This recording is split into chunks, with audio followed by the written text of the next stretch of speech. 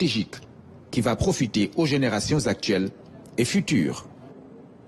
Direction Rome, où le président de l'Assemblée nationale a pris la parole sur un sujet brûlant, l'immigration. Malick Ndiaye plaide pour une réponse collective à un défi mondial, invité de son homologue italien. Il a intervenu lors d'une conférence internationale sur le droit de rester en présence de plusieurs décideurs venus de plusieurs continents.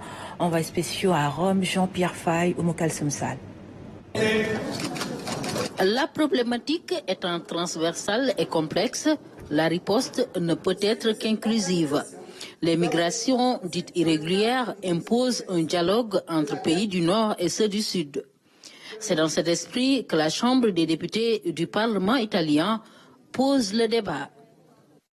Il faut en effet protéger le droit de chaque individu à vivre dignement sur sa terre. Et c'est seulement ainsi que l'on pourra enfin mettre fin à la honteuse traite des êtres humains. De ce point de vue, la diplomatie parlementaire peut contribuer à la construction d'un partenariat euro-africain véritablement équitable, capable de transformer les défis communs en opportunités partagées. Les migrations internationales constituent un phénomène géopolitique ancien dont l'ampleur et la complexité sont sans cesse grandissantes.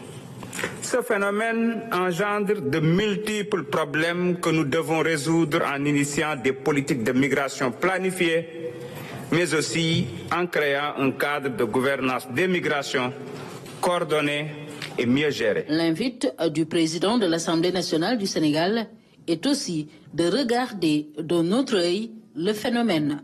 Si bien illustré par les paroles du pape François qui invitait à regarder les migrations avec confiance, soulignant que les migrants enrichissent les sociétés qui les accueillent.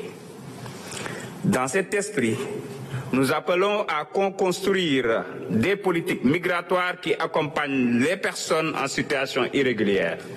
Nous plaidons pour la régularisation, l'octroi de visas humanitaires et le regroupement familial. Et dans son nouveau référentiel de politique publique, le Sénégal compte donner à sa jeunesse le choix de rester au pays à travers des opportunités. Il s'agit aussi d'un devoir qui s'incarne dans une politique ambitieuse de création d'emplois, d'insertion des jeunes et de valorisation des compétences de la diaspora, conformément à l'agenda de transformation nationale Sénégal 2050. Ce message s'adresse à la jeunesse du Sénégal et du continent. Il est possible de contribuer activement au développement de nos communautés sans être contraint à l'exil. Le droit de rester est le thème de cette conférence qui se tient en prélude à la Journée mondiale de l'Afrique célébrée le 25 mai. Deux panels ont permis d'échanger sur le contexte géopolitique et les investissements sur le continent africain. Retour à Dakar ce jeudi, le Haut Conseil du dialogue social